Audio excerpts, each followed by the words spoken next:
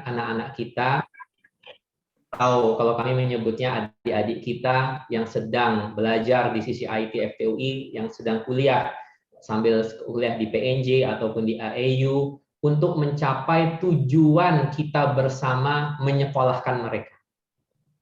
Jadi Bapak Ibu sekalian, kita semua di sini adalah orang tua, dan saya pun juga dulu dibesarkan oleh orang tua. Saya bisa merasakan, saya pun sekarang punya anak-anak yang sedang bersekolah. Saya bisa merasakan sekali bagaimana peran orang tua dalam membesarkan anak-anaknya. Orang tua itu adalah sosok yang luar biasa bagi saya, karena kita sebagai orang tua itu kan tidak pernah menceritakan susahnya ataupun menceritakan banting tulangnya kita. Yang penting anak kita bisa sekolah. Nah, itulah betapa kita respect pada orang tua secara individu, dan institusi CCIT FTUI pun juga sama. Kami sangat mengharapkan kerjasama dari orang tua siswa CCIT untuk dapat mencapai tujuan kita menyekolahkan mereka. Nah, apa itu tujuannya? Sama-sama kita sadari bahwa tujuannya adalah seperti yang berulang kali disampaikan oleh Pak Jokowi, Presiden Indonesia, Presiden kita, yaitu mewujudkan SDM unggul. Nah, ini menjadi penting, sumber daya manusia unggul. Sumber daya manusia unggul Indonesia. Anak-anak kita, adik-adik kita yang saat ini belajar di sisi IT adalah adik-adik yang usianya 18 tahun, 18, 19, 20 tahun. Nah, dalam waktu 5 tahun ke depan, ataupun 10 tahun ke depan, 15 tahun ke depan, mereka adalah orang-orang yang akan mewarnai industri. Mereka adalah orang akan mewarnai dunia. 10 tahun, 20 tahun ke depan, mereka adalah pemimpin-pemimpin negeri ini, pemimpin-pemimpin bangsa ini. Karena itu makanya Pak Jokowi begitu concern, begitu sangat menginginkan bahwa generasi muda Indonesia itu harus menjadi unggul. Dalam konteks apa?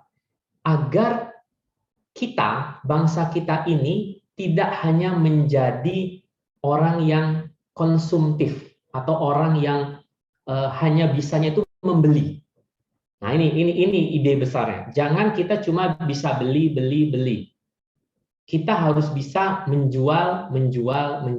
Kita harus bisa membuat. Kita harus bisa mengkreasi.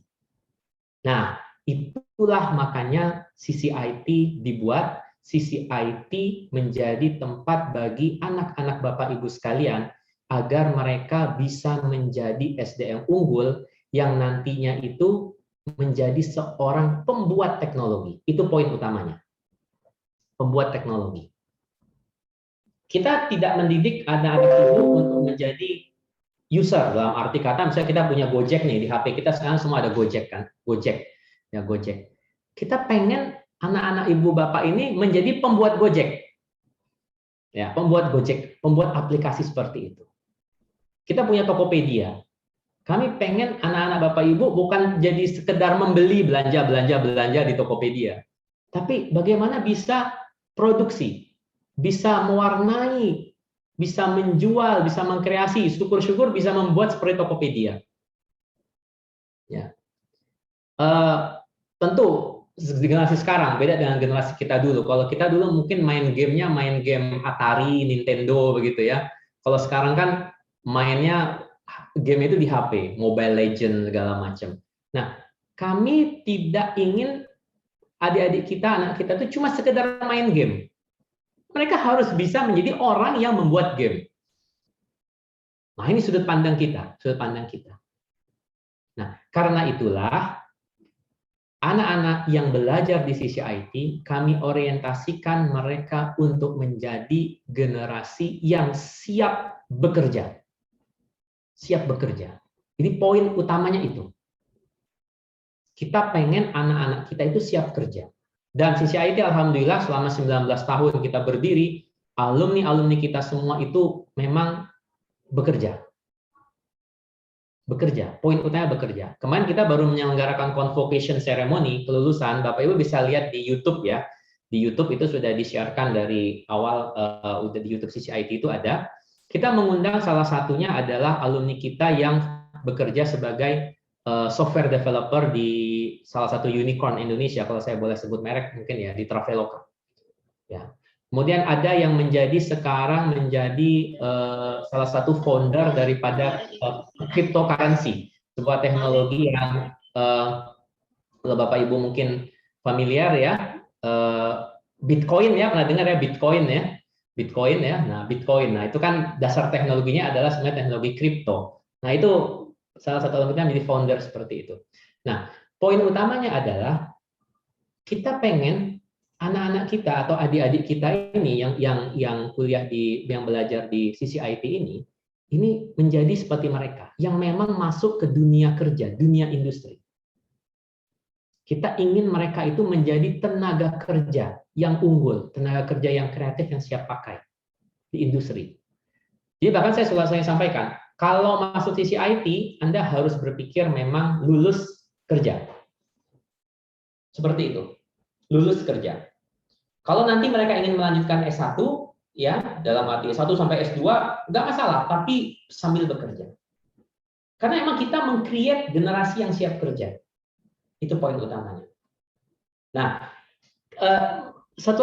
mari kita samakan persepsi kita, Bapak Ibu sekalian, bahwa adik-adik kita, anak kita itu dididik untuk menjadi generasi yang siap kerja.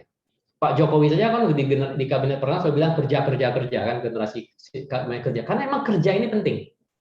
Kerja ini adalah salah satu aktivitas yang akan membuat Indonesia maju.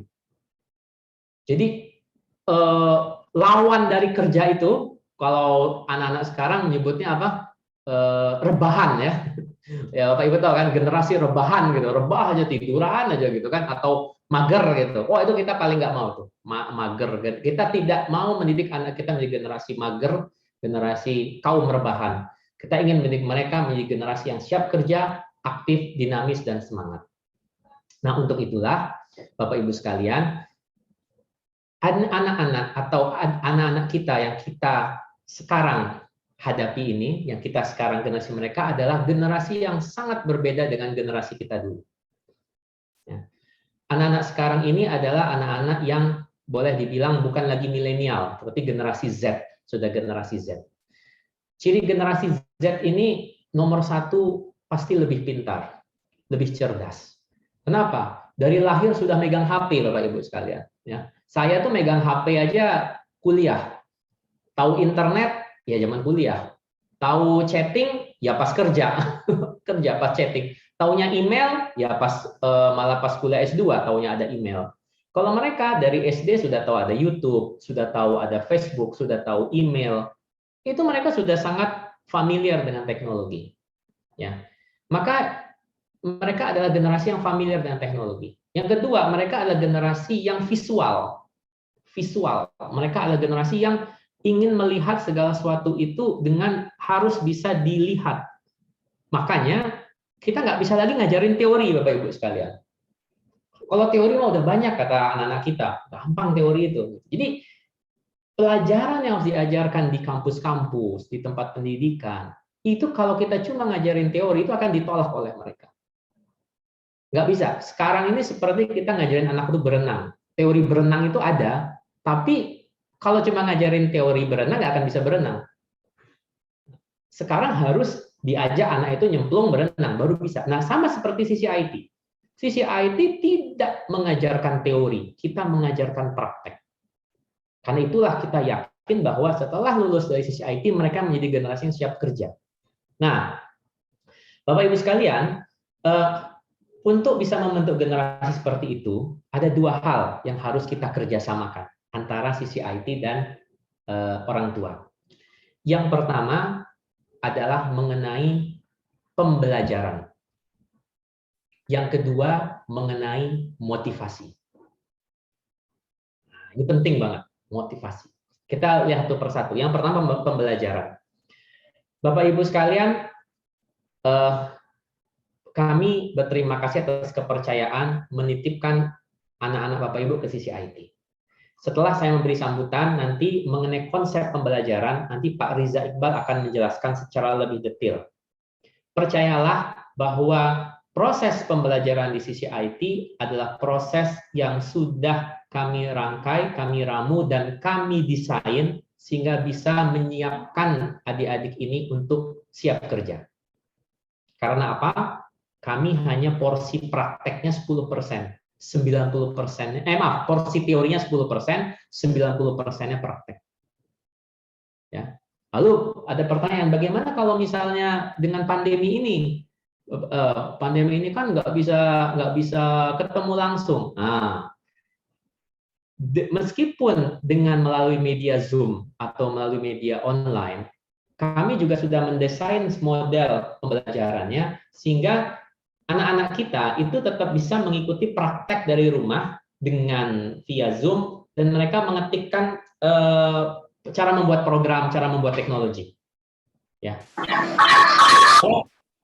Insya Allah sudah memungkinkan. Kalau waktu sudah memungkinkan, memang ada sebagian nanti akan kita tatap muka terbatas. Kita akan mulaikan nanti, Insya Allah nanti Pak Riza akan menyampaikan kapan desain kita akan melaksanakan tatap muka terbatas.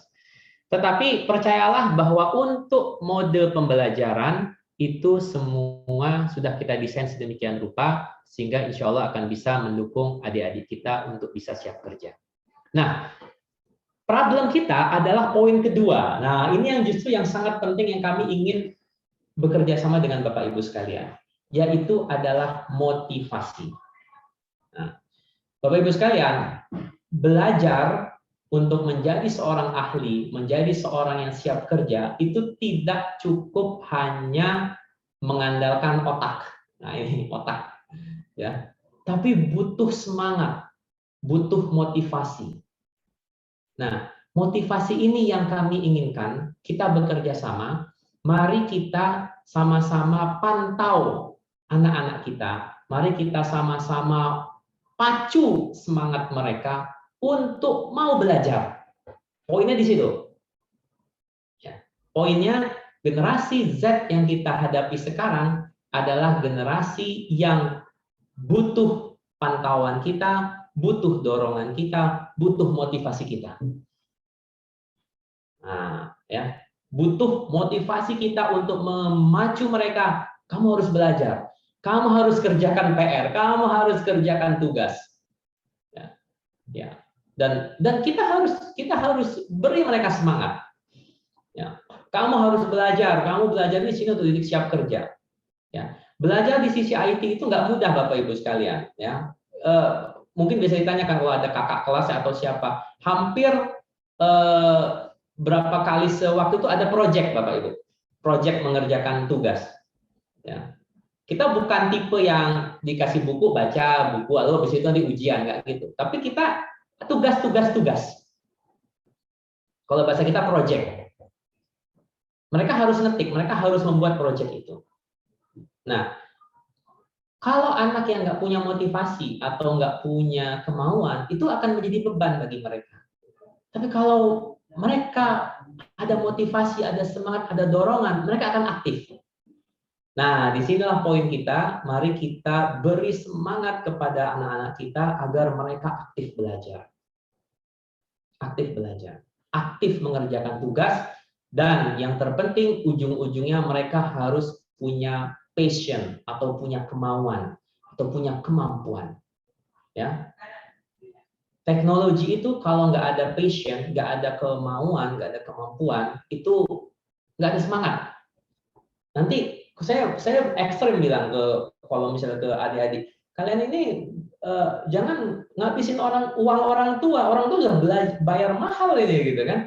Harus belajar, harus semangat, harus punya passion, harus punya, bahasa kita mungkin harus punya nafsu yang baik ya, nafsu belajar, nafsu mengerjakan tugas, nafsu mengerjakan proyek, nafsu untuk memiliki pengetahuan, nafsu untuk menguasai teknologi. Karena zaman yang akan dihadapi oleh anak-anak kita luar biasa berbeda. Yakinlah Bapak Ibu sekalian. Lihat nanti, kita pegang kata-kata saya, 5 tahun lagi ketika mereka masuk ke, ya mungkin 2 tahun lagi ketika mereka masuk dunia kerja, atau kita akan lihat 5 tahun lagi, persaingan mereka tuh bukan dengan anak-anak yang dari Depok, anak dari Jakarta, anak dari Jawa. saingan mereka tuh anak dari Singapura, dari Filipina, apalagi sudah dengan pasar bebas seperti sekarang. Kalau mereka nggak kompeten, mereka ya nggak jadi apa-apa. Kita harus siapkan mereka itu untuk menjadi generasi yang siap, generasi yang penuh punya semangat. Nah, Bapak Ibu sekalian, sisi IT pun juga mendukung kegiatan itu kan. Mungkin Bapak Ibu ada bisa lihat di YouTube kita beberapa kali mengadakan webinar psikologi. Bagaimana memacu mereka untuk punya semangat, punya cita-cita, punya visi, punya semangat. Nah, jadi kurang lebih seperti itu apa yang ingin kami sampaikan. Intinya adalah saya mewakili daripada CIT FTUI ingin berbagi semangat, berbagi perspektif kepada para orang tua daripada siswa-siswi IT FTUI bahwa zaman yang akan kita hadapi bagi anak-anak kita adalah zaman yang penuh dengan tantangan. Pilihannya dua. Apakah anak-anak kita akan menjadi generasi yang survive, generasi yang bekerja, generasi yang menguasai teknologi, atau mereka hanya akan tenggelam dalam dunia yang sudah luar biasa berubah saat ini. Jadi analoginya mau jadi produser atau mau jadi user, mau jadi pembuat teknologi atau mau menjadi sekedar menggunakan teknologi. Dan pilihan saya, pilihan sisi IT adalah ingin menjadikan adik-adik kita, anak-anak kita sebagai generasi yang membuat teknologi. Yang membuat, kalau yang masuk kreatif media, membuat karya.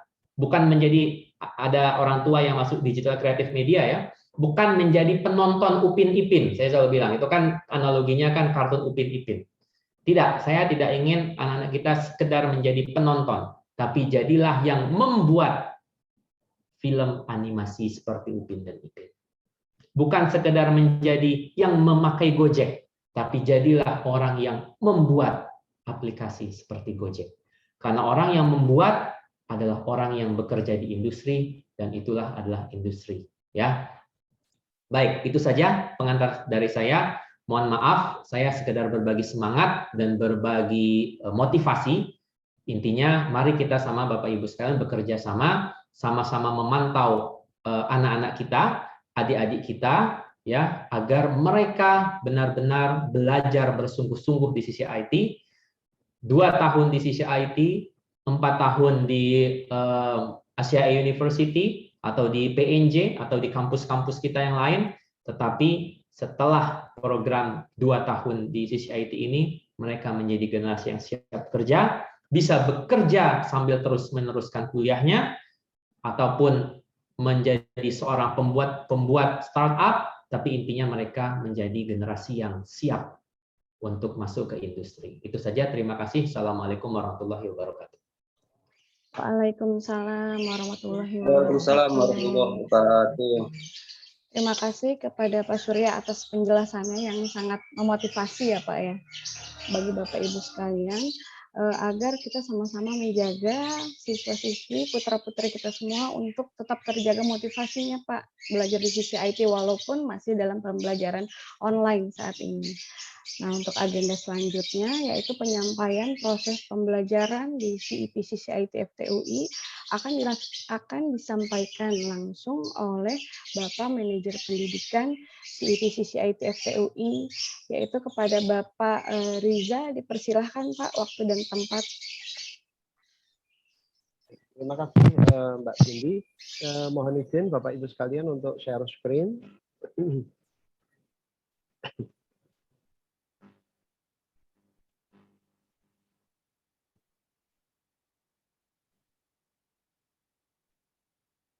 Apakah layar saya sudah terlihat? Terlihat, Pak. Ya, terlihat, Pak. Terlihat, Pak. Jelas, Pak. Assalamualaikum warahmatullahi wabarakatuh. Selamat siang, Bapak Ibu sekalian. Mohon izin untuk menyampaikan tentang kegiatan akademik yang ada di CIP FTUI. Di sini saya bertugas untuk menyampaikan semua semua. Jadi karena di CEP CCIP ini kita punya beberapa kerjasama, kemudian ada beberapa program peminatan, insya Allah mudah-mudahan dalam waktu yang singkat ini 30 menit saya bisa menyampaikan semuanya. Sengaja di sini saya tampilkan beberapa logo, ada NIT, ada Politeknik Negeri Jakarta, ada Institut Taskia, ada Asia E University, kemudian ada UP2M Teknik Elektro, Fakultas Teknik UI, kemudian ada Mythologic Studio. Nah, beberapa logo yang saya letakkan di sini ini adalah partner kita CCIP dalam menyelenggarakan pendidikan di program profesional 2 tahun. Tidak semua siswa terkait dengan salah satu logo, tetapi sebagian siswa tergantung dari peminatannya apa atau jenis kerjasamanya seperti apa. Namun semua siswa program TI itu sudah hampir pasti memiliki link atau hubungan dengan yang dari NIT India. Saya coba tampilkan pointer.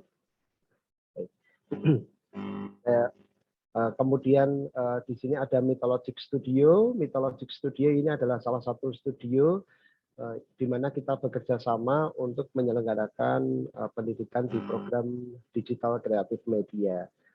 Ada putra-putri Bapak Ibu sekalian, ada yang bekerja sama dengan program Politeknik, jadi pada sebagian pembelajaran di CCIP, sebagian sisanya di Politeknik Negeri Jakarta.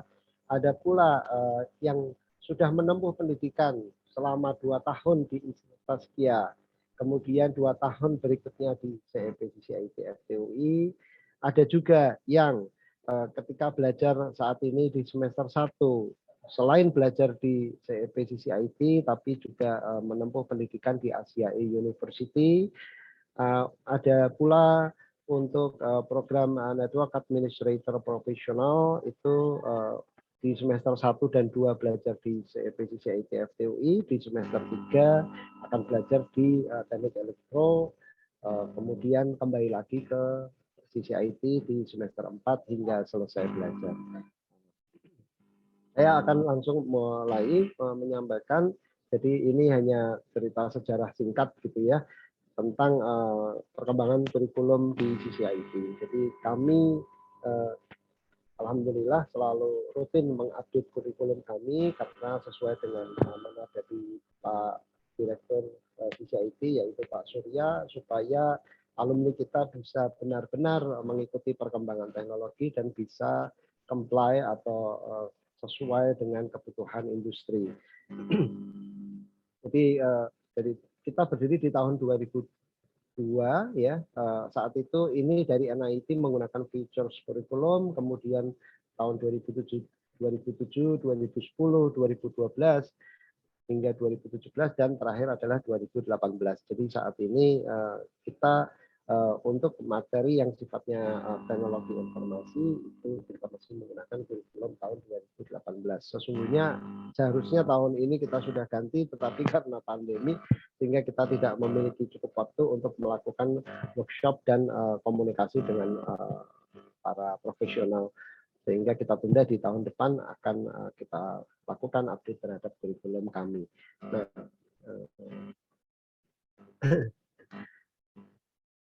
tadi disampaikan oleh Pak Surya bahwa kurikulum yang kita berikan di CCIP ini memiliki tujuan supaya para alumninya nantinya itu sudah siap kerja. Artinya tidak hanya mengetahui secara konseptual, tidak hanya mengetahui secara teori, tetapi juga bisa membuat suatu produk, bisa mengimplementasikan apa yang sudah dipelajari. Hal ini terjadi karena kita menggunakan metodologi yang disampaikan oleh Dr. Kaup ya tahun 84 tentang learning arsitektur berbasis pada kolaborasi. Jadi kita buat kurikulum kita supaya tahap awal itu antara pengajar dengan siswa itu tidak mirip seperti pengajar dengan siswa, tetapi lebih ke arah sebagai kawan gitu ya, di mana pengajar ini sharing tentang berbagai studi kasus, tentang bagaimana materi konseptual juga juga disampaikan di situ, sehingga adik-adik kita semua selain belajar tentang materi yang sifatnya konseptual, adik-adik juga akan mengetahui tentang bagaimana implementasi dari teori-teori yang diberikan itu dalam studi-studi kasus. Jadi pengajar kita mengajarkan menggunakan basisnya adalah studi kasus. Beberapa contoh terkait dengan kasus, yang mana kasus tersebut bisa diselesaikan dengan materi yang baru saja disampaikan, yaitu dengan misalkan menjelaskan tentang logika pemrograman untuk percabangan misalkan. Jadi studi kasusnya apa disampaikan, kemudian solusinya dengan menggunakan percabangan yang sudah diajarkan, sehingga ada proses interaksi dan berikutnya siswa diharapkan bisa menciptakan suatu situasi. Jadi adik-adik kita bisa membayangkan kalau ada kasus seperti apa, maka bagaimana pemecahannya. Nah, ini kita ajarkan terus-menerus untuk setiap materi. Sehingga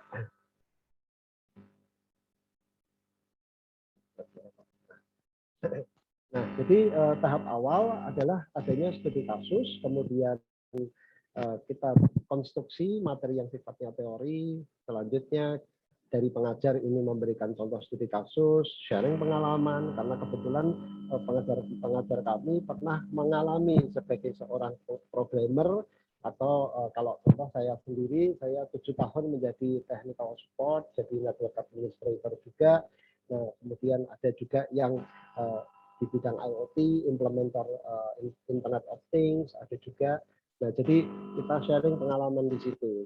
Setelah itu adik-adik kita diajak untuk berkolaborasi. Setelah berkolaborasi dengan kawan-kawan, kemudian ada materi praktek yang kita berikan. Jadi sebenarnya pembelajaran kelas kita itu tidak hanya murni teori, murni lecture atau ceramah, tetapi ada banyak sekali praktek. Oleh karena itu, mungkin pada saat suatu sesi pembelajaran, pengajar ini mengajar barangkali 1 jam, setelah itu pengajar memberikan tugas dan kemudian siswanya mengerjakan. Setelah itu pengajar mereview kembali.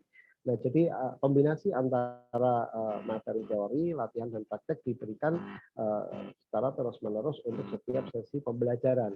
Di tahap akhir, setelah adik-adik kita itu belajar seluruh materi, mereka diwajibkan untuk mengimplementasikan. Tadi disampaikan oleh Pak Surya, harus bisa membuat sesuatu. Oleh karena itu rata-rata sekitar 3 pekan sekali ya, adik-adik kita diminta untuk menghasilkan suatu karya. Tahap awal, di awal pembelajaran biasanya adalah karya tulis. Kemudian tahap berikutnya adalah karya dalam bentuk suatu proyek, suatu desain, suatu rencana, atau bahkan suatu implementasi atau suatu produk berupa halaman web, atau suatu aplikasi berbasis handphone, dan lain-lain. Termasuk di dalamnya ada teknologi database, teknologi distributed application, aplikasi terdistribusi, ada juga teknologi cloud dan sebagainya. Nah, tergantung dari materi yang sedang diajarkan. Jadi adik-adik kita setelah selesai dari suatu modul ini, kita minta untuk mempraktekkan. Setelah kita minta untuk mempraktekkan, adik-adik kita diminta untuk presentasi. Nah, ini tantangannya ya buat adik-adik semuanya, itu mereka harus berusaha untuk menyampaikan dalam bahasa Inggris. Jadi kalau saya mengajarkan kepada adik-adik di sisi IT, lebih baik kita menggunakan bahasa Inggris gaduh-gaduh daripada Anda presentasi menggunakan bahasa Indonesia. Bukan berarti saya tidak cinta bahasa Indonesia, bukan, tetapi kita perlu mengencourage, ya, mendorong adik-adik kita supaya berani tampil, berani menyampaikan atau berkomunikasi menggunakan bahasa Inggris. Jadi dan tentu saja akan ada komponen nilai yang kita berikan ketika adik-adik kita mau menyampaikan dalam bahasa Inggris.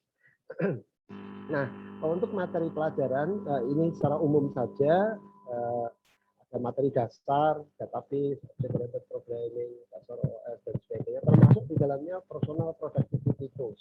Tentu saja adik-adik kita akan diajarkan tentang komputer, tentang bagaimana manajemen file, bagaimana menggunakan Microsoft Word, Microsoft Office, semua itu diajarkan di tahap awal. Setelah itu barulah menuju ke materi-materi yang sifatnya terkait dengan bidang teknologi informasi.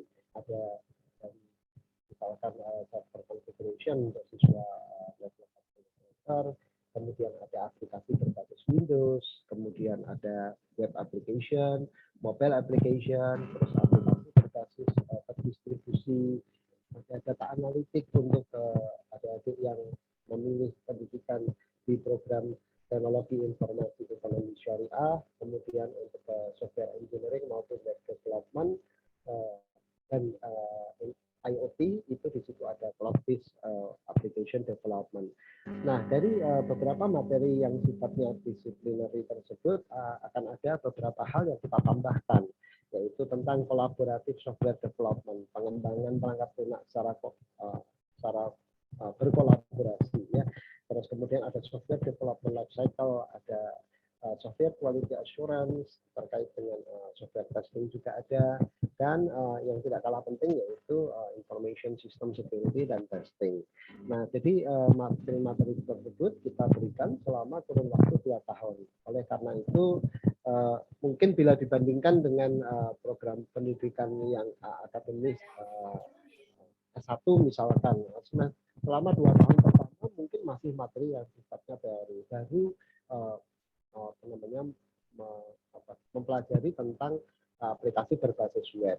Tetapi untuk materi-materi yang lain yang sifatnya advance sampai ke cloud, kemudian data analitik, ini biasanya ada di semester-semester atas.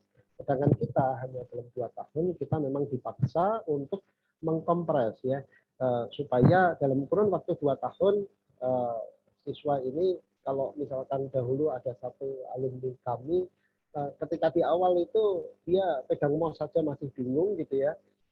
Setelah lulus dia ternyata sudah cukup mahir tentang programming, bahkan saat ini beliau memegang jabatan sebagai Chief Operating Officer dari Tech Asia di Indonesia, untuk Telkom Indonesia. Nah, ini kisah dia dulu ketika masuk CCI itu pegang mouse saja masih bingung dia, nggak terbiasa gitu. Nah, angkatan lama, angkatan 2006. Lulus tahun 2008. Nah, ini hanya satu contoh gitu ya, bahwa dalam kurun waktu 2 tahun kita mendapatkan tanggung jawab bagaimana caranya supaya adik-adik kita yang tadinya mungkin tentang IT ini belum benar-benar melek tentang bidang IT, kita ajak untuk naik level gitu ya. Kita ajak untuk secara tepat memahami tentang berbagai macam hal di bidang IT. Oleh karena itu kita desain kurikulum sedemikian rupa, nanti saya akan tampilkan, sehingga adik-adik kita itu bisa mengikuti dan mudah-mudahan bisa mengikuti dengan baik. Kalau bicara soal penuh perjuangan itu tetap wajib ya, tidak ada pembelajaran atau pendidikan yang tidak dengan perjuangan.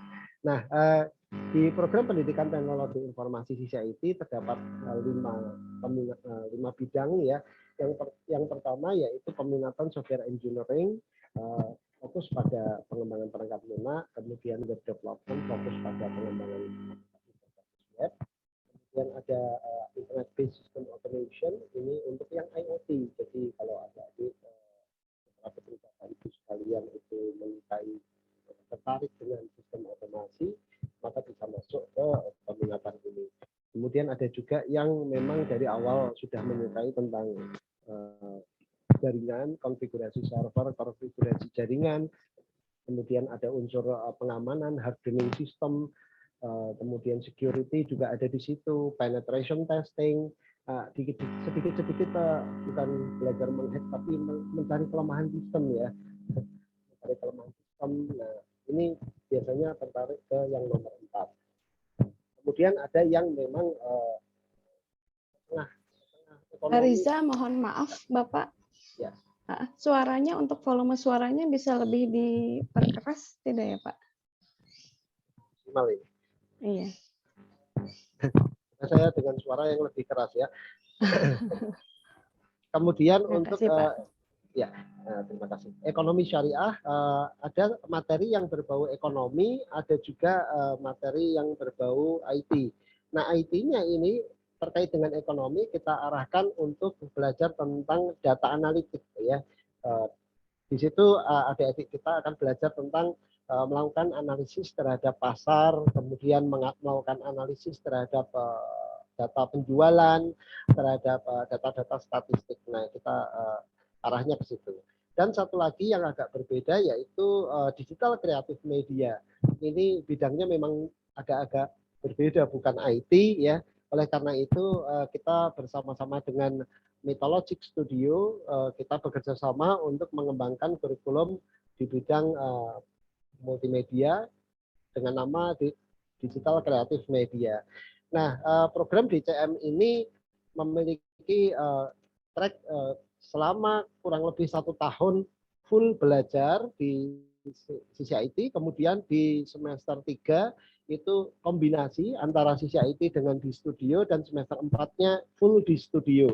Sehingga lulusan dari sisi IT ini diharapkan ketika menempuh pendidikan digital kreatif media ini sebelum selesai pendidikan atau sesudah selesai pendidikan itu dia sudah punya pengalaman gitu terkait dengan bagaimana bekerja di bidang industri multimedia.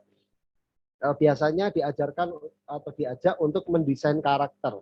Beberapa proyek yang ada di dalam Mythologic Studio juga di-share, dikerjakan oleh adik-adik kita. Nah, ini adalah kurikulum untuk program peminatan software engineering. Saya tidak mungkin menjelaskan secara detail satu persatu. Intinya adalah tahap awal semester 1 itu materi dasar, kemudian semester 2 sudah berbau programmingnya banyak ya. Semester 3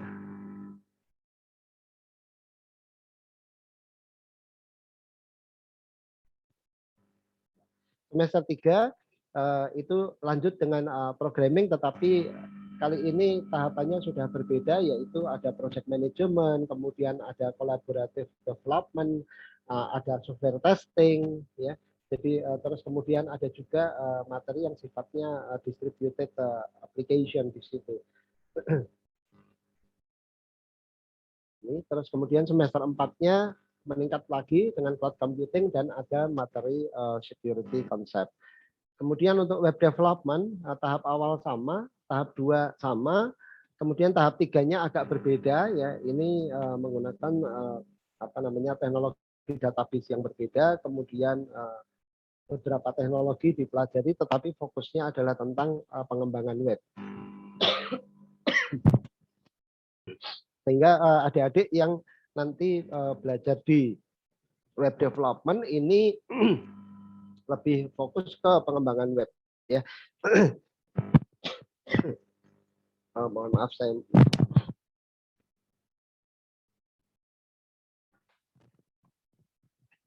lanjutkan kembali untuk putra-putri Bapak Ibu sekalian yang masuk ke program Network Administrator Profesional. Di dalam Network Administrator Profesional tahap awalnya sama, tahap kedua sudah terkait dengan Windows Server, konfigurasi server, database administration gitu ya. Di semester 3-nya itu ada core CCNA.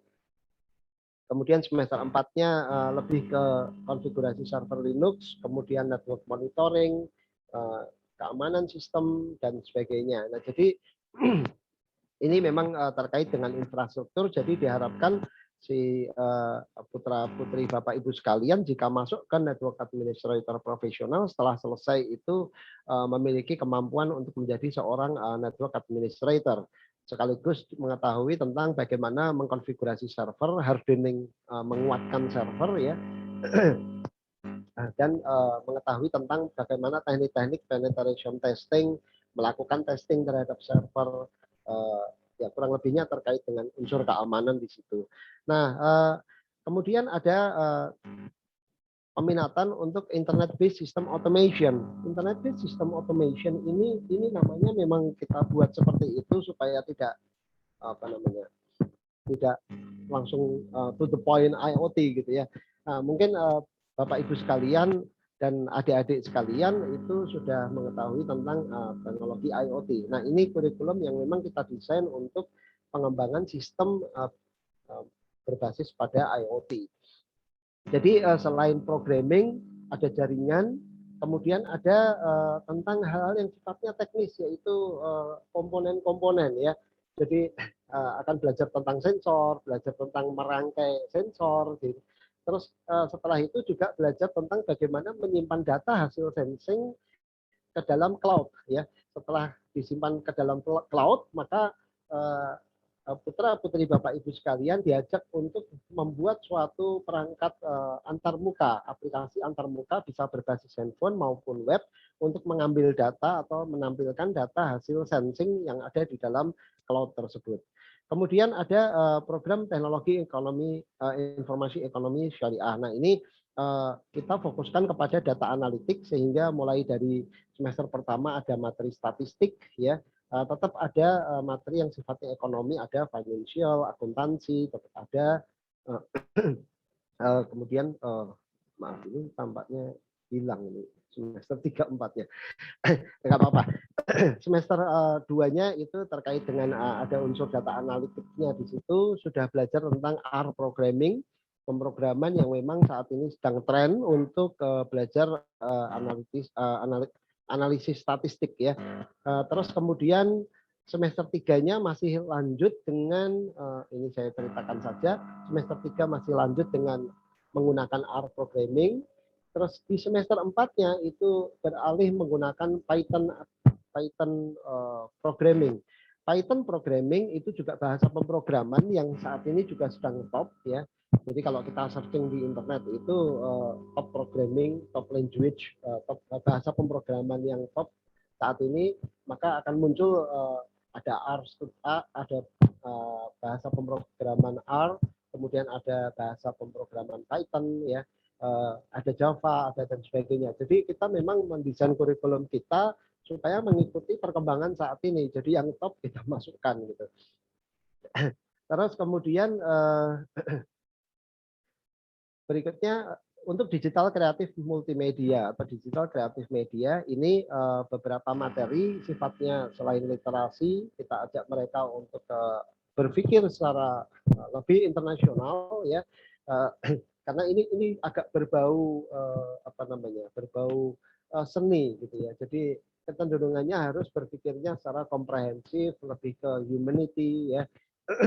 Terus kemudian ada unsur teknik-teknik tertentu seperti animasi, fotografi, menggambar, ya, tipografi, terus bagaimana menggambar 2 dimensi, kemudian 3 dimensi, bagaimana membuat tekstur ke dalam suatu gambar dan sebagainya. Nah, harapannya lulusan kita untuk yang digital kreatif media ini setelah selesai itu sudah benar-benar bisa menjadi seorang desainer, gitu ya. Dan alhamdulillah angkatan pertama kita sudah luluskan angkatan pertama kami dari 5 orang, 3 orang sudah bekerja di studio Mythologic Studio, yang 2 orang juga bekerja tetapi di studio-studio yang lain sebagai seorang animator. Nah, selama proses belajar di CCIT kita mengajarkan memang teman kita adalah komputer. Jadi artinya ketika proses belajar sendiri, putra-putri Bapak Ibu sekalian diharapkan menggunakan komputer, ya, entah itu PC atau menggunakan laptop. Karena setiap pembelajaran, jadi pengajar ini memiliki kebebasan untuk memberikan tugas yang harus dikerjakan saat itu. Jika putra-putri Bapak Ibu sekalian tidak menggunakan komputer atau laptop, maka tentu saja nanti akan mengalami permasalahan. Kemudian setiap materi kita berikan secara modular. Jadi modul ajar juga kita berikan, modul ajar berupa digital. Kemudian setiap materi pelajaran itu diberikan, ada yang polanya adalah untuk program TI ini secara modular diselesaikan satu modul. Setelah selesai satu modul, baru beranjak ke modul yang lain. Jadi contoh misalkan pada tahap tertentu belajar tentang database, maka diselesaikan semua materi tentang database. Kurang lebih 1 bulan belajarnya database, terus setelah itu baru beranjak ke materi yang lain, misalkan tentang logika pemrograman. Nah, jadi kita berikan seperti itu. Sedangkan untuk program teknologi informasi ekonomi syariah dan digital kreatif media diberikan secara paralel. Jadi seperti perkuliahan biasa, hari Senin belajar database, hari Selasa belajarnya materi yang lain dan sebagainya gitu ya. Jadi seperti itu. Setiap akhir modul itu adik-adik semuanya diminta untuk implementasi, membuat tugas proyek yang tadi saya sampaikan. Proyek wajib dipresentasikan dengan bahasa Inggris. Kemudian kita menggunakan satuan berbasis semester, jadi pada akhir semester barulah adik-adik kalian, putra-putri Bapak Ibu, itu mendapatkan istirahat selama kurang lebih 1 bulan. Ya. Terus kemudian untuk proses evaluasi, nah evaluasi ini kita berikan di tengah semester. Ada ujian tengah semester atau biasa kita publikasikan sebagai modul tes. Ya. Ada juga di akhir semester. Selain itu untuk evaluasi praktek itu kira-kira per 3 pekan. Jadi setiap 3 pekan sekali putra-putri Bapak Ibu ini perlu mempresentasikan karyanya ya melalui kegiatan presentasi. Antara lain bisa berupa yang kita sebut sebagai ISAS, Information Search and Analysis Skills. Jadi kita ajak adik-adik untuk searching di internet, mengumpulkan topik tertentu, kemudian menuliskan dengan kalimat sendiri, melakukan analisis, dan kemudian mempresentasikan hasilnya. Ada juga yang disebut dengan project atau proyek ya. Jadi setiap akhir modul, misalkan belajar database, maka putra-putri Bapak Ibu sekalian diminta untuk yang pertama mencari topik. Topiknya tentang apa? Misalkan tentang minimarket atau tentang pemesanan tiket. Terus kemudian tentang penjadwalan bis. Terus kemudian tentang penjadwalan pesawat. Jadi atau penyewaan lapangan futsal, misalkan seperti itu. Nah, jadi ada beberapa topik yang bisa dipilih oleh putra-putri Bapak Ibu sekalian. Mereka wajib berkelompok ya untuk semester 1 dan 2 maksimal 3 orang per kelompok. Nah, ini setelah menentukan topik, mereka misalkan materinya database, maka mereka mendesain database untuk itu. Jadi misalkan minimarket, maka dia harus mendesain database minimarket seperti apa. Dengan teknik-teknik desain seperti ERD, kemudian normalisasi. Setelah didesain, mereka wajib mengimplementasikan dalam sebuah mesin database. Kita menggunakan SQL Server. Adik-adik kita minta untuk mengimplementasikan di dalam SQL Server. Yang diimplementasikan tidak hanya database saja, tetapi juga unsur-unsur pengamanan di situ. Seperti karakteristik suatu tabel, bagaimana perlu tipe data seperti apa, perlu constraint seperti apa, terus pengamanannya harus bagaimana, kita harus berikan semacam rules, misalkan kemudian kita masukkan pula suatu key ya, ada primary key, foreign key dan sebagainya, dan constraint yang lain. Termasuk di dalamnya kita minta juga adik-adik kita untuk mengimplementasikan prosedur dan fungsi hingga trigger. Jadi kita harapkan database yang sudah diimplementasikan itu memenuhi kaidah dasar untuk sebuah database yang bisa dipergunakan gitu. Ini kita kejar seperti itu. Nah, namun memang kemampuan setiap peserta ini berbeda-beda. Jadi ada yang kualitas prosedurnya seperti kita kadang-kala juga harus memaklumi, tapi ada juga yang bagus gitu ya. Nah, jadi tapi kita kejar semua supaya kriteria minimum itu terpenuhi semua. Kemudian ada modul tes diberikan di tengah semester hingga dan akhir semester. Nah, jadi untuk penilaian saya rasa standar, ABCD dan sebagainya. Untuk yang mendapat E dinyatakan gagal. Kalau adik-adik semua itu gagal, wajib mengikuti ujian perbaikan. Jika masih gagal juga, nah kalau misalkan masih gagal juga, ya maka ikut pembelajaran di semester berikutnya atau ikut ujian di semester berikutnya.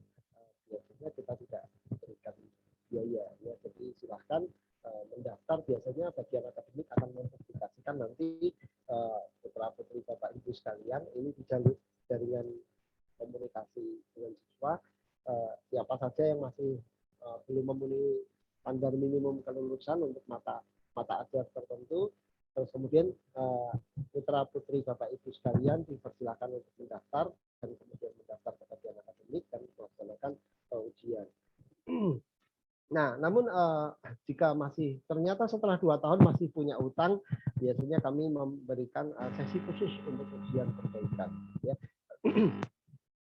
Kemudian durasi studi kita di CCIT selama 2 tahun.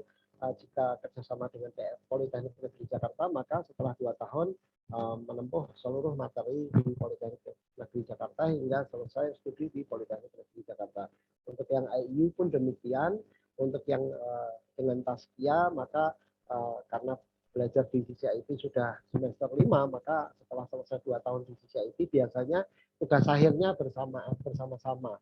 Tugas akhir di CCIT itu digunakan pula sebagai tugas akhir di Taskia untuk mendapatkan gelar sarjana ekonomi, bidangnya adalah akuntansi, teknologi informasi akuntansi. Durasi tatap mukanya ini rata-rata 12 sampai 14 jam per minggu. Lamanya pendidikan memang agak lama, 20 pekan. Jadi 20 pekan ini termasuk ujian ya. Untuk Bapak Ibu sekalian, jika ingin melihat kalender pendidikan semester, ini bisa mengakses di halaman web CCIT.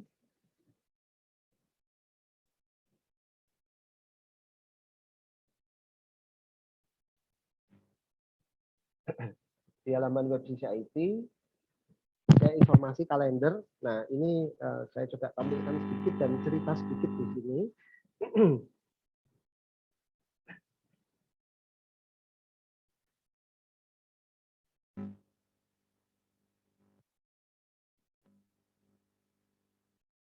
Saya ambil contoh di sini untuk yang kerjasama CCIT PNJ, di mana dia memiliki jadwal yang agak berbeda, jadi sedikit lebih cepat karena durasi pertemuan per minggunya lebih banyak. Saat ini tanggal 24 November ya. 24 November. Berarti posisinya ada di setelah pengumpulan laporan ISAS ya. Jadi kemarin sudah mengumpulkan, sekarang konsultasi yang pertama untuk proyek yang ketiga. Jadi Bapak Ibu sekalian bisa melihat, jadi jaraknya memang sangat mepet ya.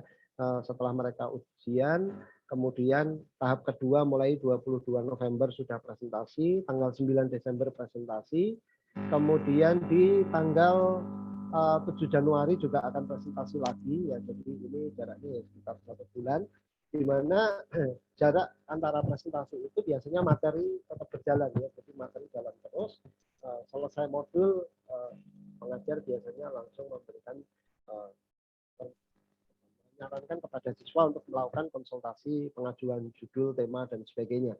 Nah, ini kita lakukan, terus kemudian di 11 sampai 14 Januari itu modul tes dan masa perbaikan. Jadi sebenarnya kita sudah menjadwalkan masa ujian perbaikan.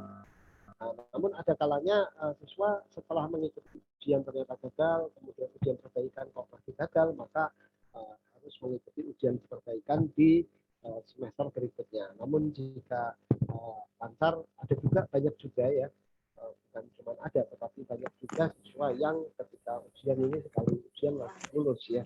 Jadi saya rasa tidak ada masalah. Intinya adalah ketika belajar di rumah ini saya menyarankan kepada putra-putri Bapak Ibu sekalian supaya kalau pertemuan di CCIT itu ada kelas 2 jam, maka malamnya tolong dihabiskan 2 jam juga. Jadi kalau di CCIT itu pertemuan 4 jam, baik online maupun offline, maka malamnya tolong dihabiskan 4 jam juga. Jadi di 2 kali lipatkan. Maka dengan begitu saya bahkan berani memberikan jaminan kepada putra-putri Bapak Ibu sekalian, kalau kalian lakukan itu, maka ketika ujian kalian akan lulus gitu. Nah, namun akhirnya kembali lagi ke adik-adik kita ya, mau mengikuti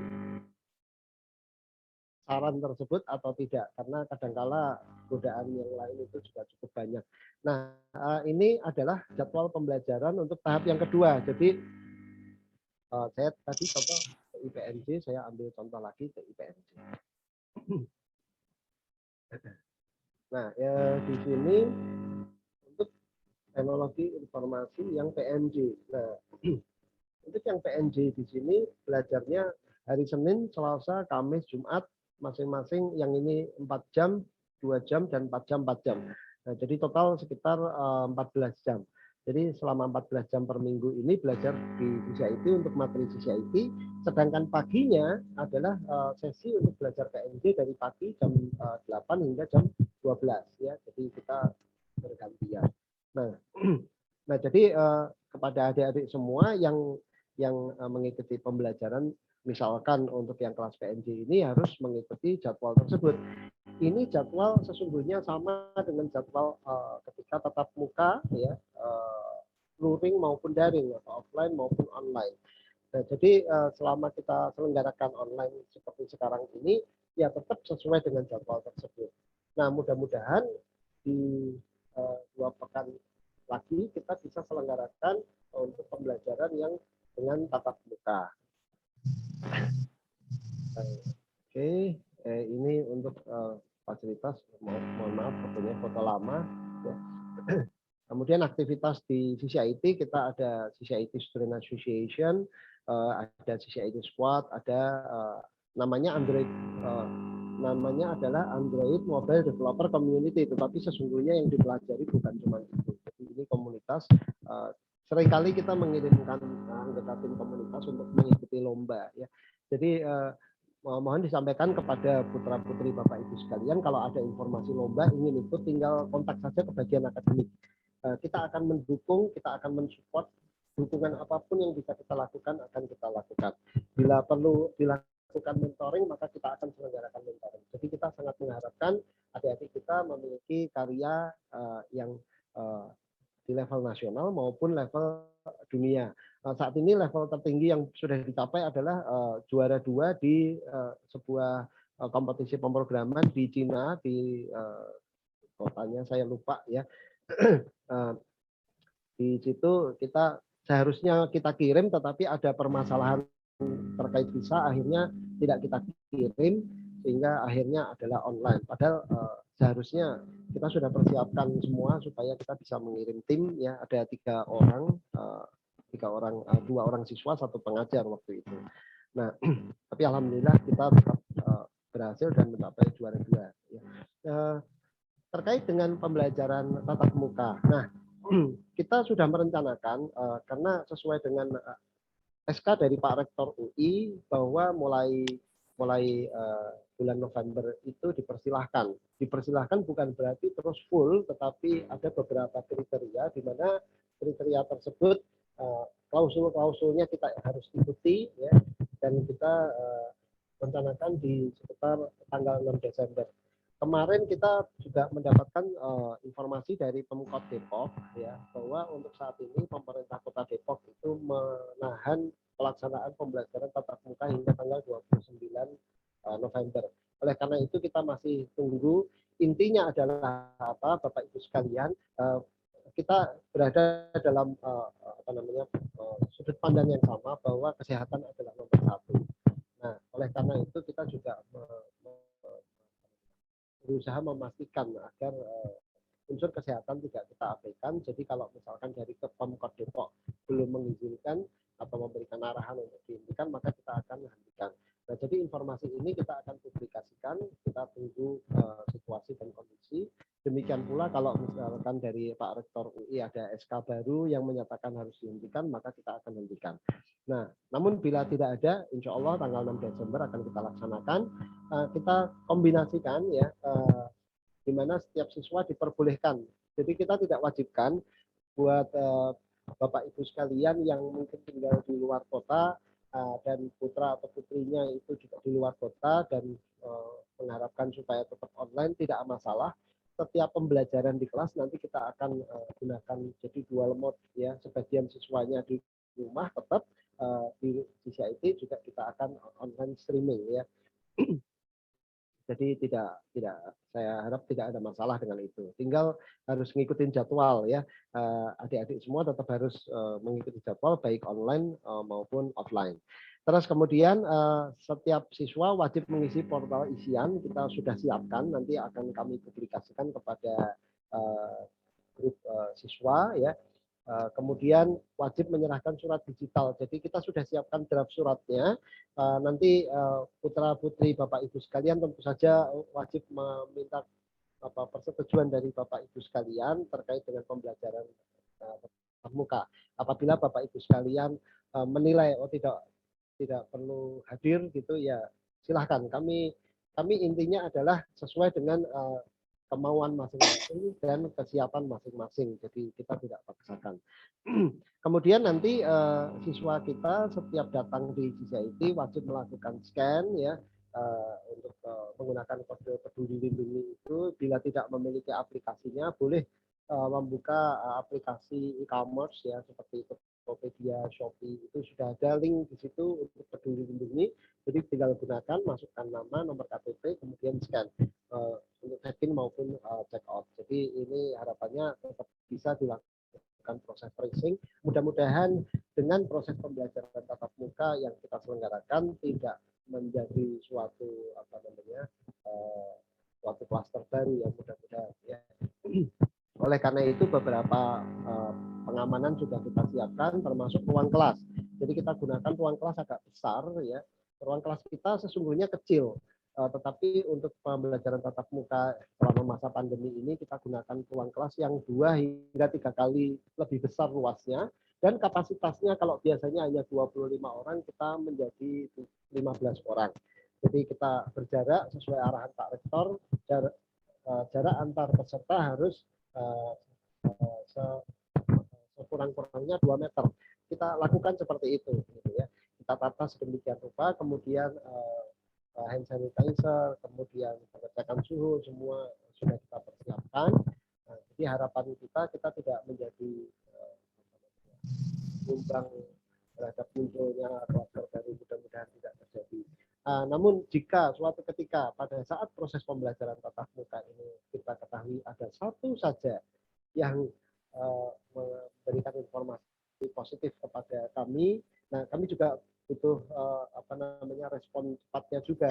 Ketika andai kata suatu ketika ada positif, maka segera informasikan supaya kita bisa melaksanakan tindakan preventif sesegera mungkin. Kami adalah itu kurang lebihnya dari saya itu yang bisa saya sampaikan. Mohon maaf bila ada hal yang barangkali kurang tepat benar atau mungkin pendapat saya mudah-mudahan apa yang saya sampaikan dan yang saya sampaikan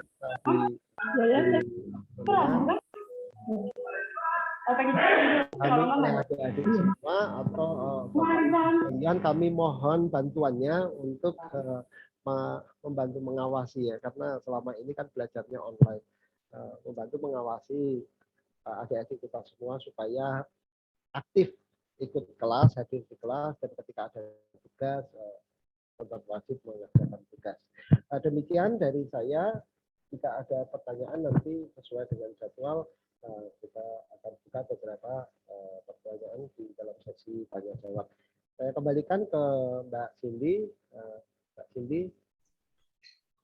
Baik, Pak Riza, terima kasih untuk penjelasannya.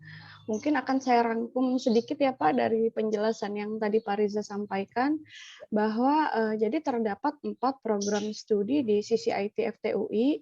Jadi yang pertama itu ada program teknologi informasi. Untuk program TI ini terdapat 4 peminatan studi, yaitu yang pertama software engineering, yang kedua web development, yang ketiga internet based automation atau IoT, yang keempat itu ada network administrator profesional atau bisa disebut NAP. Nah, terkait peminatan studi ini Bapak Ibu, nanti di hari Rabu depan tanggal 1 Desember 2021 itu kita ada mengadakan acara penjelasan untuk siswanya terkait dengan pemilihan peminatan program studi ini. Nanti mohon untuk diingatkan juga kepada putra-putrinya. Nah, yang kedua di kita juga ada program teknologi ekonomi syariah atau ITE. Yang ketiga ada program digital kreatif media atau DCM. Nah, informasi terakhir yang tadi Pak Riza sampaikan itu terkait dengan rencana pembelajaran tatap muka ya Pak ya, yang direncanakan mulai tanggal 6 Desember 2021, tetapi masih mempertimbangkan arahan dari Rektor UI dan Pemkot dari Depok. Nah, untuk peraturannya mungkin nanti bisa di-share ya Pak, untuk yang tadi materinya itu. Oke. Nah, mungkin kita buka saja untuk sesi tanya jawab bagi Bapak Ibu yang ingin bertanya, saya persilahkan. Mohon izin dari saya. Silahkan Pak. Perkenalkan nama saya Haryadi Agah. Saya orang tua dari Raffi Fajar Sulaiman. Ada 3 hal yang ingin saya tanyakan. Yang pertama mengenai bagaimana hubungan kerjasama antara CCIT dan NIIT. Kalau nggak salah NIIT ini yang dari India ya. Lalu yang kedua, bagaimana sinergi materi pembelajaran antara CCIT dengan PNJ. Kebetulan Raffi juga ikut yang program PNJ dan CCIT. Itu yang kedua. Lalu yang ketiga, apakah program teknologi informasi atau IT ini linear nggak dengan program pendidikan multimedia? Maksudnya linear begini. Kalau kita ambil D4 di IT, lalu ingin S2-nya di multimedia, apakah masih sejalur? Seperti itu. Demikian ada 3 hal. Terima kasih.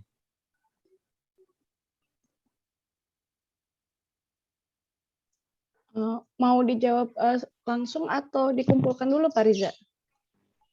Boleh saya jawab langsung? Boleh. Oh ya, silakan. Baik, terima kasih Pak. Mohon maaf tadi namanya saya hanya orang tua Raffi Fajar Sulaiman. Ya, Haryadi saya. Oh, Pak Haryadi. Ya, terima Ya. kasih Pak Haryadi. Tadi pertanyaan yang pertama adalah terkait hubungan dengan NIT. Kita bekerja sama dengan NIT itu sejak tahun 2002 Pak. Jadi sejak berdirinya CCIT. NIT sendiri ini merupakan sebuah lembaga pendidikan untuk bidang IT di India. Dia punya ada di 34 negara juga cabangnya ya. Selain dia lembaga pendidikan juga menyelenggarakan course untuk profesional, juga ada perusahaan IT solutionnya lengkap. Nah, di sisi IT sendiri NIT ini kita kita kerjasama dengan NIT untuk terkait dengan modul ajar. Jadi beberapa modul ajar yang kita berikan kepada putra Pak Raffi dan putra putri Bapak Ibu yang lain itu dari NIT ada. Ada juga materi yang memang kita develop dari kita sendiri. Nah, kenapa kok kita menggunakan partner dengan NIT India supaya kita bisa mendapatkan pengakuan secara internasional melalui sertifikat dari NIT. Karena NIT sendiri ini sudah ada di sekitar 34 negara, lebih sekitar 40 cabang di dunia. Maka harapan kami sesungguhnya di sini supaya ketika si siswa membawa sertifikat dari NIT ini sudah ter-acknowledge. Dan ada hal yang menarik di sini, kenapa kami memilih NIT? Karena NIT sendiri di India memang sudah cukup besar, kemudian cabangnya di dunia. Ya, kita lihat bagaimana modul-modul yang diberikan oleh NIT ini. Modul-modulnya kalau istilah saya adalah doer gitu ya, mengajak kepada siswa, kepada para pembaca atau para peserta itu tidak hanya untuk memahami saja, tetapi juga bisa mengimplementasikan. Nah, disinilah menariknya, sehingga kita tetap memanfaatkan modul dari NIT untuk mengisi beberapa sesi modul yang kita berikan kepada siswa. Ada juga materi yang tetap dari kita. Nah, itu kerjasama dengan NIT-nya seperti itu, Pak. Terus kemudian di NIT sendiri juga ada sistem untuk forum, sistem untuk tanya jawab dan sebagainya, itu juga bisa dimanfaatkan oleh adik-adik kita. Namun biasanya kita publikasikan juga kadang-kadang kurang begitu aktif karena di situ kan bahasa Inggris semua, Pak. Nah, jadi ini yang menjadi tantangan buat adik-adik kita gitu ya. Kemudian terkait dengan hubungan, pertanyaan kedua, hubungan dengan Politeknik Negeri Jakarta. kerjasama dengan Politeknik Negeri Jakarta sudah kita kerjasamakan sesungguhnya dari tahun 2006. 2006 itu angkatan pertama kerjasama antara CCIT dengan Politeknik Negeri Jakarta dengan pola pembelajaran selama 2 tahun pertama itu belajar di 2 tempat. Pagi di Politeknik Negeri Jakarta, siangnya di CCIT. Terus kemudian tahun 2010 sempat dihentikan sejenak karena dari Politeknik Negeri Jakarta itu ada perubahan kurikulum dari D3 menjadi D4, dan tahun 2011 kita lanjut kembali, alhamdulillah hingga tahun 2021 ini kita masih kerjasama terus dengan Politeknik Negeri Jakarta dengan pola setengah hari di PNJ, setengah hari di CCIT. Setelah 2 tahun, kemudian peserta dari program kerjasama ini wajib menempuh seluruh mata ajar di Politeknik Negeri Jakarta untuk menyelesaikan pendidikan program D4. Tahun ini berdasarkan informasi dari Politeknik Negeri Jakarta hanya diselenggarakan kerjasama untuk yang program TI. Jadi biasanya kita ada 2, Pak. Ada program TI, ada program Network Administrator Profesional. Tapi tahun ini menurut informasi hanya program TI saja. Nah, jadi itu bentuk kerjasama dengan Politeknik Negeri Jakarta. Dan terakhir, untuk bidang IT, ini linear atau tidak dengan multimedia. Untuk yang IT yang kita deliver, kita berikan, itu tidak linear dengan multimedia, Pak. Nah, namun ini saya ada opsi, tapi mohon tidak dianggap sebagai promosi gitu ya. Kebetulan kita ada kerjasama dengan Universitas Trilogi, di mana di dalam Universitas Trilogi itu ada salah satu peminatan yang multimedia. Nah, jadi mungkin untuk S1-nya di situ teknik informatika dan sistem informasi, ada yang bagian sistem informasi itu peminatannya yang digital multimedia, itu ada. Nah, jadi materinya selain belajar IT, kemudian ada beberapa materi yang terkait multimedia. Sifatnya hanya peminatan, jadi ada beberapa mata kuliah yang terkait dengan multimedia. Untuk kelulusannya tetap Eskom, sarjana komputer, kemudian ya orang masih melihatnya memang bukan multimedia, tetap sarjana komputer. Tapi kalau misalkan untuk yang keduanya saya rasa sih relatif fleksibel ya. Nah, itu untuk yang IT kita gitu. Memang di satu sisi ada permintaan sebenarnya Pak dari tim Mythologic Studio juga gitu ya. Mereka berharap tim IT ini bisa melebur dengan multimedia gitu, karena berdasarkan informasi dari tim di Mythologic Studio bahwa IT itu multimedia ketika bicara soal animasi di situ sebenarnya perhitungan matematis sesungguhnya. Nah, ini dibutuhkan orang-orang yang ahli di bidang logika. Kalau orang IT biasanya logikanya bagus. Nah, itu informasi dari Mythologic. Namun untuk materi yang kita berikan, IT-nya murni IT hingga sampai saat ini. Demikian Pak. Mudah-mudahan bisa menjawab. Terima kasih Pak. Baik, mungkin ada pertanyaan lagi dari Ibu atau Bapak Hilwi, orang tua dari Izan. Dipersilahkan Ibu Hilwi atau Bapak Hilwi.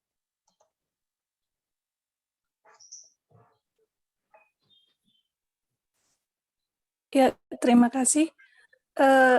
Begini Pak, mungkin pertanyaan saya sangat awam ya, karena ini pengalaman saya punya anak kuliah, kemudian di masa yang pandemi, yang jadi pertanyaan saya, selaku orang tua, bagaimana sih cara untuk memantau perkembangan belajar anak selama kuliah ini? Apakah kita cukup memantaunya lewat IP saja, ataukah ada cara yang lain?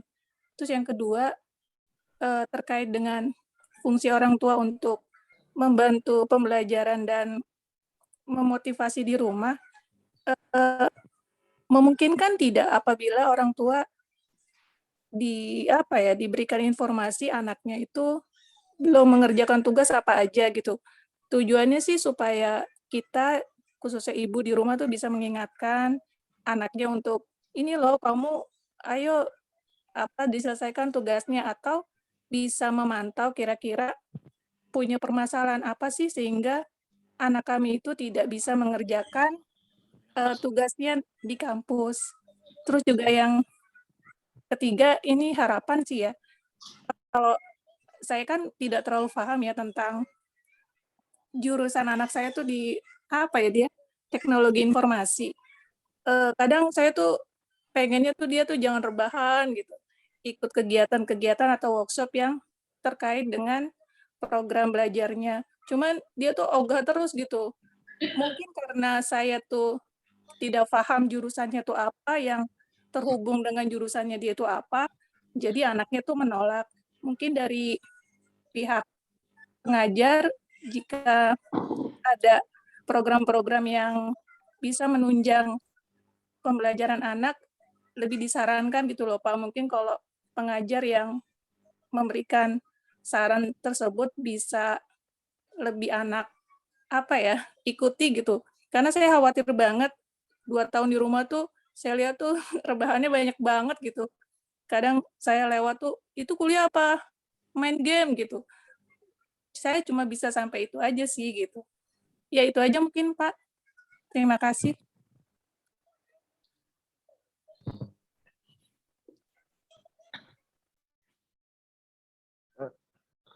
Mbak Cindy, apakah langsung saya jawab? Iya Pak, monggo silahkan. Terima kasih Bu Irwi. Kami memang di satu sisi berharap pihak orang tua juga aware ya atau memperhatikan putra-putrinya. Nah, oleh karena itu ini kebetulan ada Mbak Cindy dan saya rasa Mas Joni dan Mbak Devi juga hadir di link di ini. Kami ada 3 orang staf administrasi akademik yang selalu siap untuk menerima pertanyaan dari orang tua. Jadi itu juga kita publikasikan di link di Instagram, kemudian Twitter dan sosial media yang dimiliki oleh Sisi IT. Jadi Bapak Ibu sekalian, jika ada pertanyaan terkait anaknya, silahkan saja kontak langsung. Ya, mohon maaf kami kalau mensortir kemudian menghubungi orang tua, ini yang kami takutkan. Aku dipantau anak aku. Ngapain papanya nyalain mic? Dari mana dimasuki? Pasti dari akunnya temennya nih. Jadi kalau kami yang berinisiatif memberitahukan ke orang tua, kesannya seperti lapor, tidak percaya pada anak. Nah, jadi alangkah enaknya jika Bapak Ibu sekalian kontak kepada Cindy, Mbak Devi, atau Mas Joni. Mungkin Mbak Cindy, Mas Joni, Mbak Devi, khususnya yang memberikan pelayanan terkait komunikasi dengan orang tua ini Mbak Devi. Mohon Mbak Devi menuliskan nomor kontaknya di chat room ini supaya Bapak Ibu sekalian bisa berkontak langsung atau berkomunikasi langsung. Nah, biasanya memang setiap ada kontak kita akan jawab terkait dengan progres ya masing-masing siswa. Terus kemudian terkait dengan tugas dan sebagainya, mungkin mohon maaf kami mengharapkan Bapak Ibu sekalian untuk melihat kalender atau meminta kepada putra-putrinya saja. Coba lihat kalendermu. Nah, terus kemudian di situ tanggal-tanggal presentasinya ditandain. Tanggal presentasi ditandain, terus kemudian tanggal ujian ditandain. Nah, ketika tanggal itu sehingga setidaknya Bapak Ibu sekalian sudah mengetahui tanggal-tanggal penting tersebut. Jadi kalau anaknya tidur-tiduran, padahal tanggalnya tanggal presentasi, nah ini menjadi tanda tanya. Tapi kalau berdasarkan pengamatan saya, sesungguhnya ketika tanggal presentasi, tanggal ujian, saya rasa tidak ada siswa-siswa itu yang rebahan. Jadi, di sini sedang adzan, boleh saya hentikan sejenak? Mbak Cindy, saya hentikan sejenak karena Ya, Pak. silakan. Silahkan kita break untuk azan sebentar ya Bapak Ibu. Pak Riza, mohon maaf, mic-nya sepertinya agak jauh ya suara Pak Riza. Ya Pak. Ya. Mungkin bisa sambil dikondisikan, mungkin ada mic.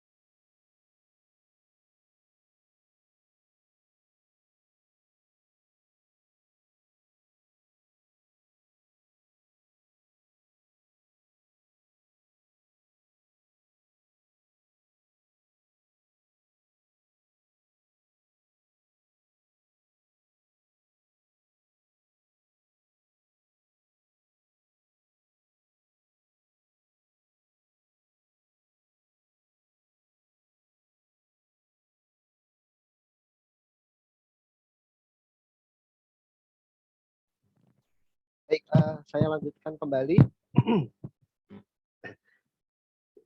Untuk pertanyaan dari Ibu Hilwi ya, silakan kontak langsung dengan Mbak Devi.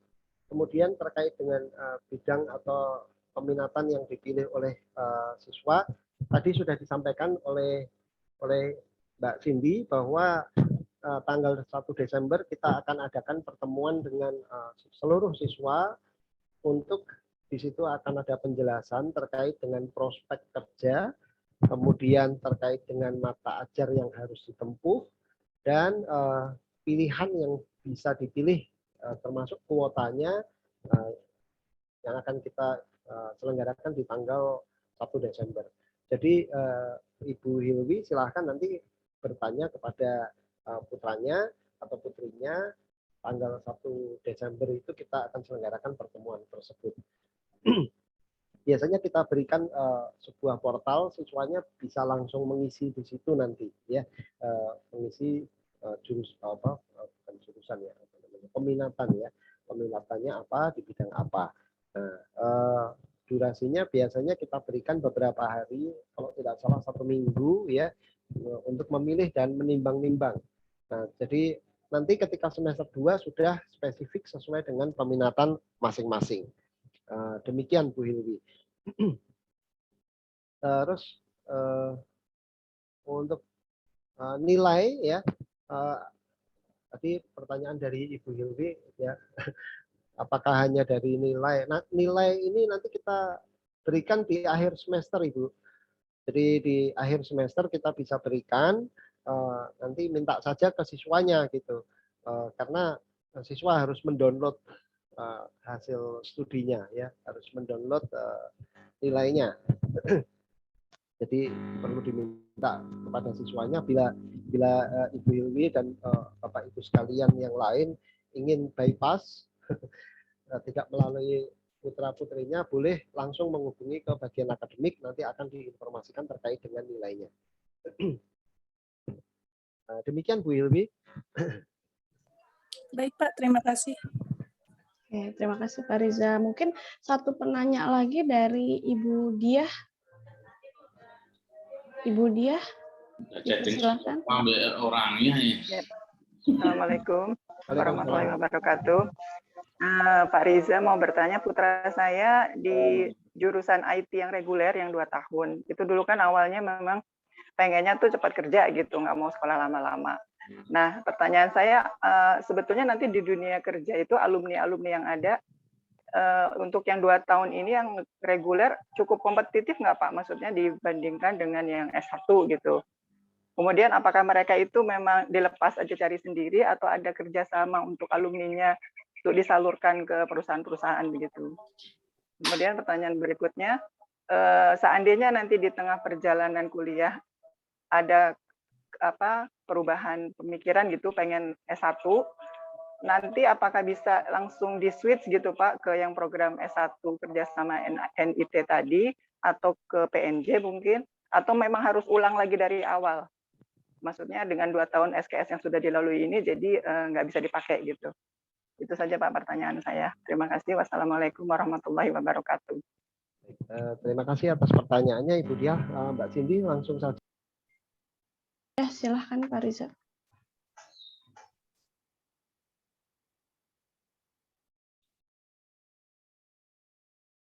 Suara Pak Reza hilang, masih di... Belum dibuka tuh Pak, masih belum, mute-nya belum dibuka Pak. Masih di mute. Pak Riza mute-nya silahkan. Nah, ya oke. Ya. Saya langsung jawab saja. Ibu Diah terkait dengan program TI reguler TI yang non kerjasama 2 tahun, apakah kompetitif? Untuk program TI yang program 2 tahun ini dibandingkan dengan program D3 dari sisi kurikulum, dari sisi lulusan itu saya menilai ya, untuk program 2 tahun ini masih memiliki nilai lebih. Nilai lebihnya dari mana? Nilai lebihnya karena tugas proyeknya sangat banyak. Di mana siswa ini membuat karya yang banyak sekali di situ. Jadi selama 2 tahun ini kurang lebih akan mengalami sekitar 16 kali presentasi proyek, kira-kira 16 kali. Nah, artinya ada 16 karya yang bisa disampaikan kepada calon penerima, perusahaan penerima karyawan itu untuk dinilai gitu terkait dengan portofolionya. Nah, kalau dengan level S1, nah kalau kita rujuk pada standar KKNI gitu ya, level S1 itu ada di level 6 ya. Jadi masih kalah 1 tingkat. Untuk alumni sisi IT, kita juga memberikan ujian sertifikasi standar nasional BNSP, Badan Nasional Sertifikasi Profesi. Ujiannya adalah untuk keahlian programmer ya. Programmer ini level 5. Jadi setelah lulus dari ujian programmer tersebut itu dinyatakan ahli di bidang pemrograman. Nah, tapi kita memberikan kuota terbatas, yaitu setiap alumni ini hanya sekitar 100 peserta untuk per tahun.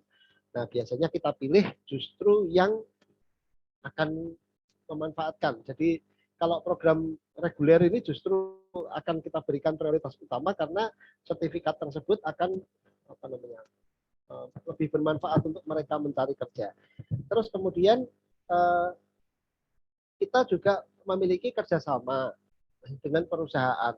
Jadi ada satu perusahaan yang memang sudah bekerja sama dengan kami, setiap tahun akan merekrut. Dan setelah mereka lulus, siswa ini sekitar bulan Juli itu biasanya kita kirim data nama siswa beserta nilainya. Kemudian oleh perusahaan tersebut dipanggil, kemudian ikut tes di situ. Kami mensyaratkan kepada perusahaan tersebut untuk merekrut setidaknya 3 orang lulusan per tahun. Kenapa 3 orang lulusan? Ya kita perlu mempertimbangkan juga kapasitas dari perusahaan tersebut. Kami akan menambah ini. Oleh karena itu, sementara ini belum bisa bertambah, sesungguhnya ini program semacam ini kita sudah canangkan dari tahun 2019 akhir ya. Namun karena pandemi hingga akhirnya kita tidak sempat jalan-jalan ke perusahaan. Sebagai gantinya, Bapak dan Ibu, termasuk Ibu Diah juga bisa melihat di web CCIT, di situ ada link yaitu Jobs Connect. Di webnya CCIT, mungkin saya coba screen share lagi, mohon izin.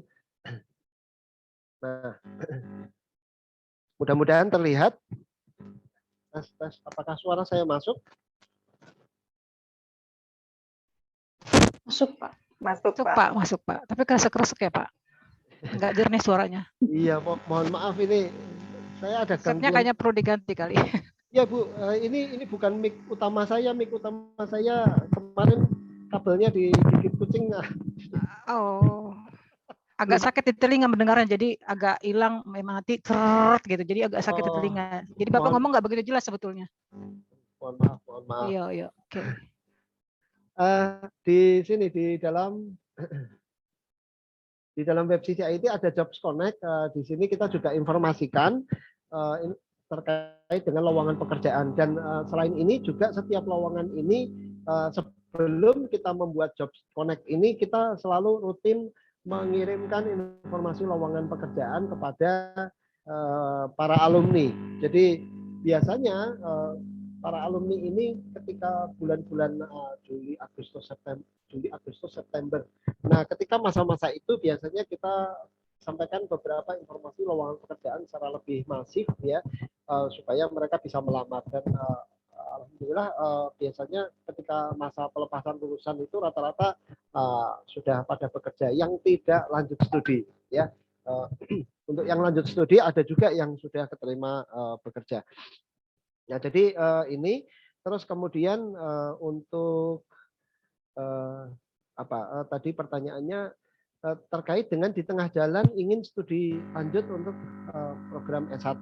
Nah, kami mempersilahkan kepada siswa CCIT jika setelah belajar 2 semester ternyata ada keinginan untuk mengambil program kerjasama studi lanjut untuk pendidikan S1 di universitas yang bekerja sama dengan CCIT.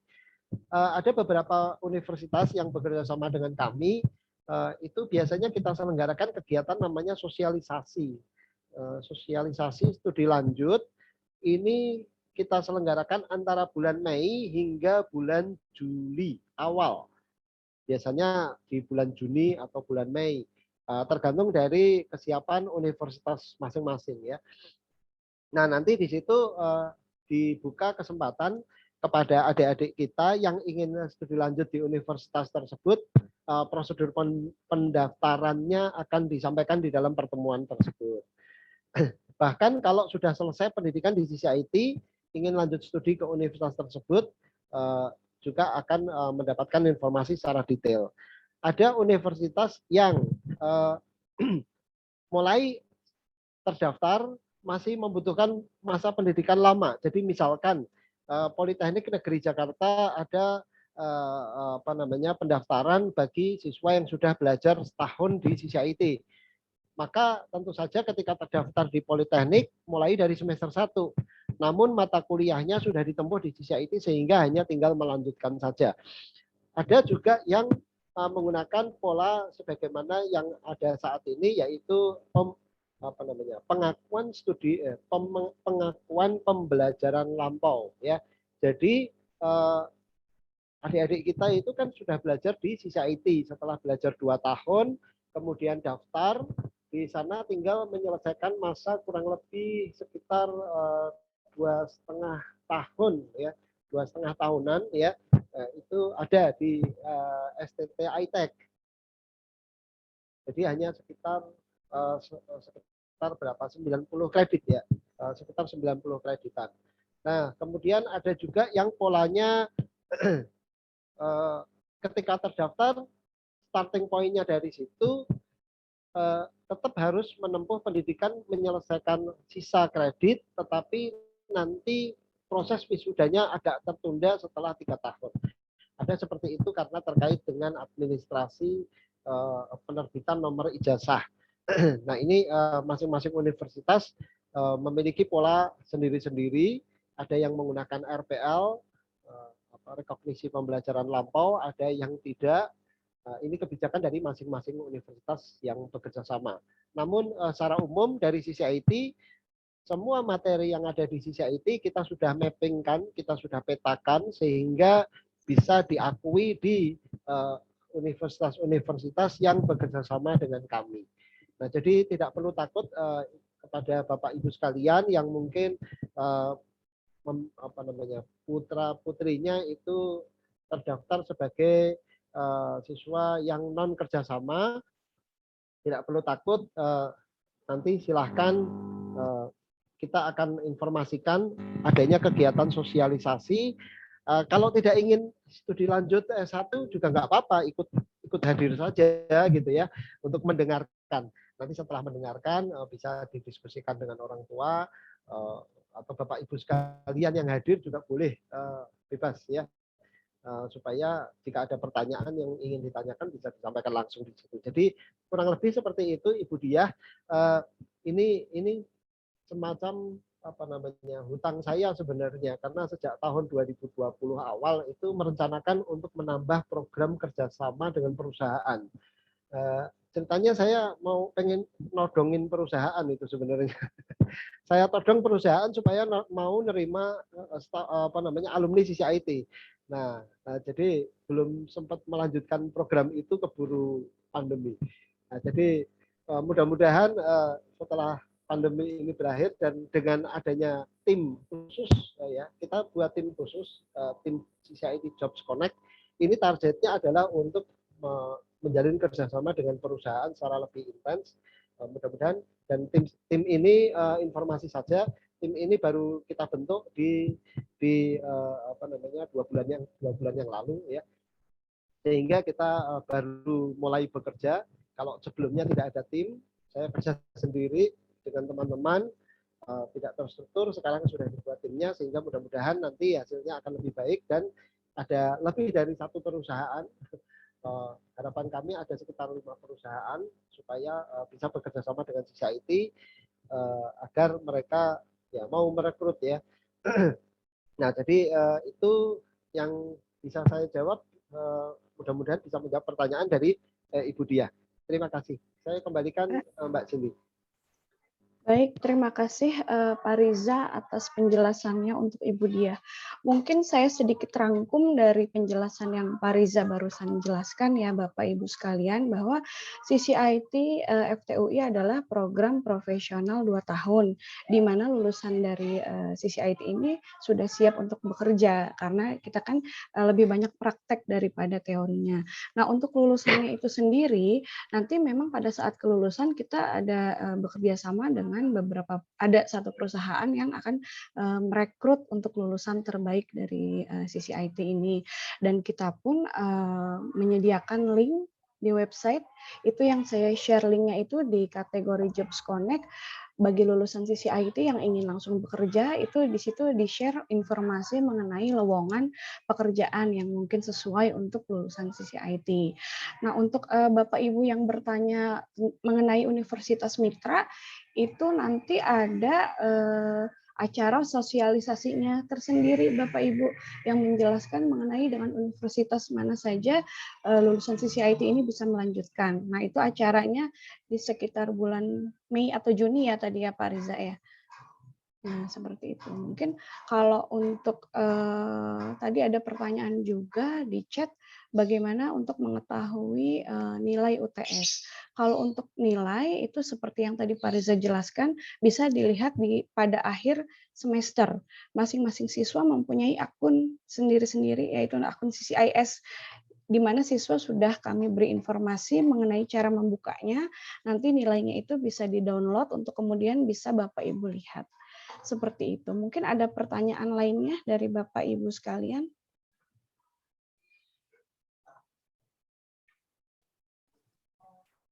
Boleh satu lagi? Satu lagi ya. Haryadi. Dari Pak Budi Haryadi ya? saya. Haryadi. Pak Haryadi. Orang Tafi Fajar. Silahkan Pak pertanyaannya. Pertama masalah mengenai ini program dari Kemendikbud mengenai beasiswa. Saya pernah baca Kemendikbud menganggarkan beasiswa sampai miliar ya, 2, sekian miliar. Tapi diusulkan bagi siswa yang berprestasi oleh perguruan tingginya masing-masing. Nah, ini apakah pengajuan beasiswa ini bisa dilakukan oleh sisi IT kepada Kemendikbud atau oleh PNJ kalau kerjasamanya dengan PNJ? Itu aja, terima kasih. Langsung saya jawab aja Pak Haryadi. Ya Pak. Supaya kita bisa menghemat waktu. Bisa diajukan dengan PNJ Pak. Karena itu kan program D4, jadi beberapa klausul itu mensyaratkan untuk program S1 atau D4. Nah, problemnya adalah untuk program yang 2 tahun ini kalau tidak tertera di dalam klausul, gitu. Sehingga saya sarankan dengan PNJ silahkan diajukan. Baik, terima kasih Pak. Satu lagi mungkin terakhir tadi yang angkat tangan ada Pak Budi Kris ya. Mumpung sudah angkat tangan, mungkin ini pertanyaan terakhir Mbak Cindy.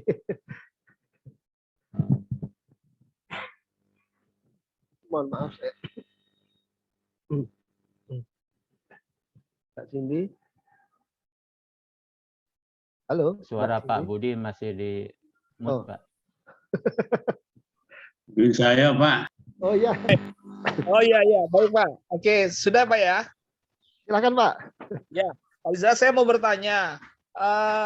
Untuk teknologi informasi kan ada peminatan nanti tanggal 1 Desember ya.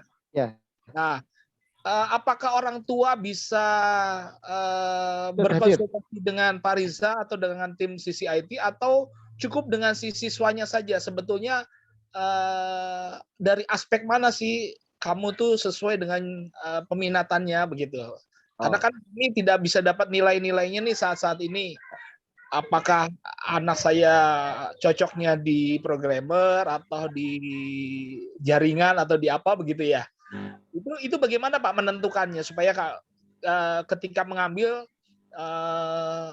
peminatannya tepat lah, lebih tepat itu gitu Pak. Mungkin masukannya Pak. Yang pertama terkait dengan pemilihan minat itu lebih ke arah keinginan Pak. Jadi tidak terkait dengan komponen nilai yang sudah diperoleh. Karena kan kita baru belajar belum ada 1 semester ya. Jadi terlalu awal untuk menilai, padahal semester 2 masing-masing siswa ini harus sesuai dengan minat program pendidikan masing-masing. Oleh karena itu nanti di dalam kegiatan sosialisasi kita akan menyampaikan terkait dengan prospek ke depan Pak. Jadi biasanya kami memaparkan tentang prospek ke depan untuk bidang-bidang di dalam teknologi informasi yang tingkat kebutuhannya itu akan tinggi. Nah, itu kita kita paparkan di awal. Terus kemudian bahasa pemrograman yang memiliki tren tinggi di beberapa tahun ke depan diprediksi masih akan tinggi, itu juga kita paparkan. Nah, jadi kita lebih ke arah memperkirakan kira-kira 1-2 tahun ke depan itu sejauh apa bidang yang akan diminati itu masih merupakan hot trend. Kemudian setelah itu paparan akan dilanjutkan dengan paparan lebih detail terkait mata ajar. Jadi kalau tadi di sesi ini saya sampaikan secara singkat, nanti saya dibantu oleh beberapa pengajar akan menjelaskan secara lebih detail pelajaran apa saja yang akan ditempuh. Setelah itu kemudian ada juga contoh karya dari kakak kelas yang sudah lulus di masing-masing program peminatan tersebut. Kemudian ada juga biasanya ini ada pertanyaan dari siswa gitu ya. Kalau saya pengen studi lanjut di Asia University, pilihnya program peminatan yang mana? Kalau saya di Politeknik bagaimana? Nah, ini juga akan kita sampaikan. Nah, terkait ini saya tidak mengundang sih ya. Kalau mengundang kesannya saya harus pakai undangan ini.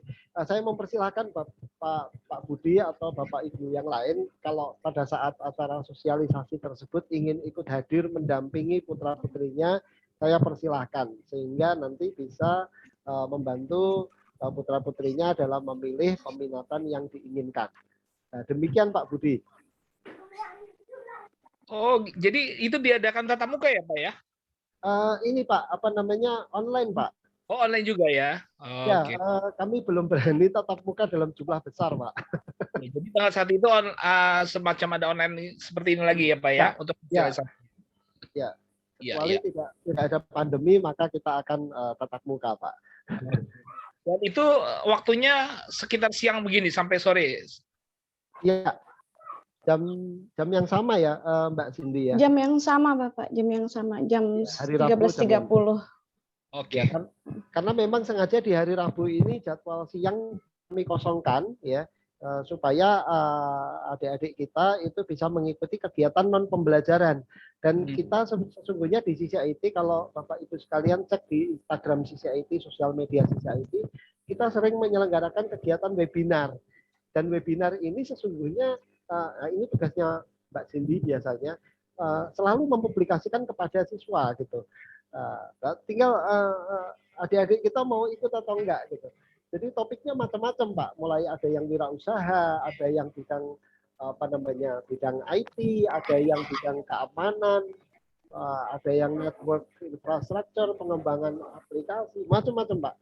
Nah, ini selalu dipublikasikan oleh Mbak Cindy ke grup siswa. Nah, tinggal adik-adik kita aja ini yang mau ikut hadir atau tidak. Biasanya sebulan itu paling nggak ada 1 hingga 2 kali itu pasti ada. Ya. Demikian dari saya Pak. Mudah-mudahan bisa menjawab. Pak Budi. Ya, Pak satu lagi Pak, boleh Pak? Gini Pak, ini berhubungan dengan teknisnya sih. Kalau yang saya tahu begitu ya, kalau dalam suatu proyek di dunia pekerjaan, apalagi dunia IT, berhubungan dengan pertama sekali analis, kemudian diagram chat dan sebagainya, sampai program dan terus implementasi, ini anak-anak nanti akan mendapatkan semua itu atau hanya misalnya ngambil program ya hanya programnya aja, tapi tidak dengan desain awalnya begitu? Di dalam mata ajar kami ada software engineering Pak. Jadi kalau kita lihat kita tinjau dari software engineering life cycle, di situ ada tahap awal yaitu preliminary study. Siswa kita juga akan belajar tentang preliminary study. Setelah itu ada tahap berikutnya yaitu analisis software requirement, itu mereka juga mengenal itu Pak. Terus kemudian tahap berikutnya yaitu software design atau architectural design. Anak-anak kita sejak semester 1 sudah diajarkan tentang flow charting. Jadi Nah, mungkin kalau Bapak Ibu sekalian amati nanti sebentar lagi adik-adik kita akan presentasi proyek tentang flowchart. Di situ flowchart tapi ditambah implementasi menggunakan pseudocode, kode program yang bukan kode program supaya melatih logik ya. Nah itu maaf itu sudah lewat ya. Saya agak lupa. Ya, itu sudah lewat kemarin bulan November, akhir Oktober kemarin sudah. Saat ini mereka sedang belajar database. Nah, jadi mereka belajar database ini juga belajar coding, programming di dalam SQL Server database, implementasi. Nanti ketika semester berikutnya mereka akan mengimplementasikan, Pak, mengimplementasikan kode program sehingga menjadi sebuah prototipe atau menjadi sebuah aplikasi. Di mana aplikasinya ini bisa berinteraksi dengan database. Nah, jadi semester 1 database, semester 2 dan seterusnya itu aplikasinya. Nanti ada aplikasi berbasis web, berbasis desktop, Windows, ada aplikasi berbasis distributed data, jadi antar mukanya tidak hanya Windows. Kalau kita buka halaman web sekarang di komputer seperti apa tampilannya, di handphone seperti apa tampilannya kan berbeda, responsif. Nah, adik-adik kita juga belajar itu, Pak. Terus kemudian menyimpan data di dalam cloud menggunakan Google Cloud. Itu juga kita ajarkan. Tapi mohon maaf ada tahapannya, Pak. Jadi semester 1 apa, semester 2 apa, demikian seterusnya. Jadi tidak perlu takut, Pak.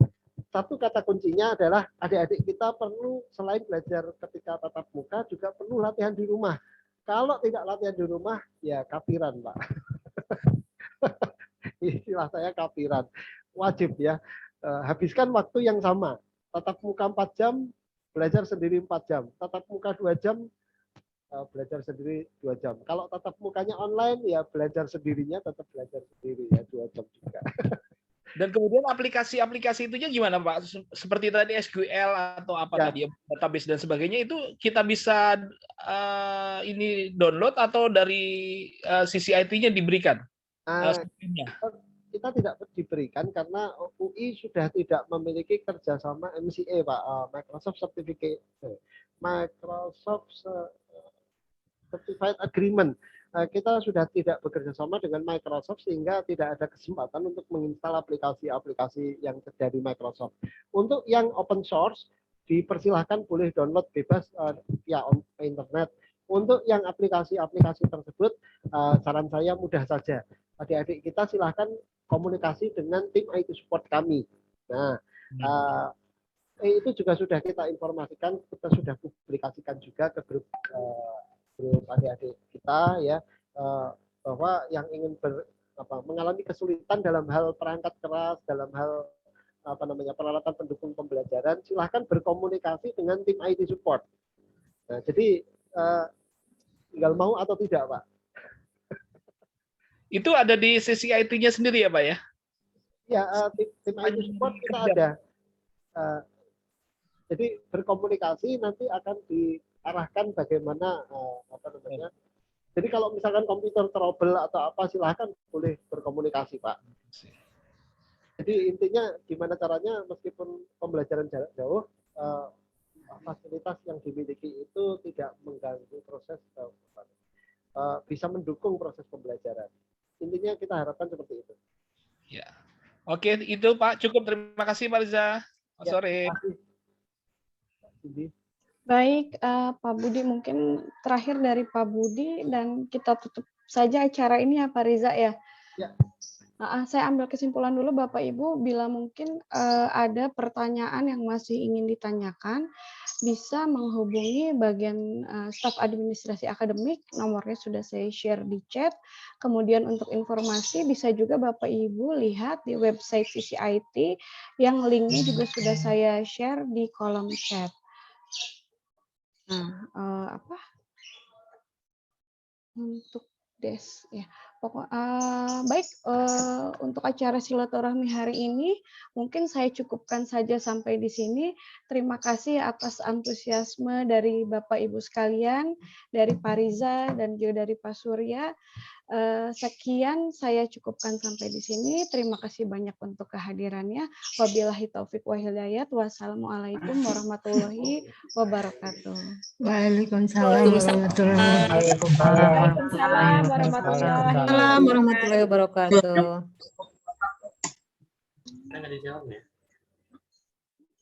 Waalaikumsalam warahmatullahi wabarakatuh.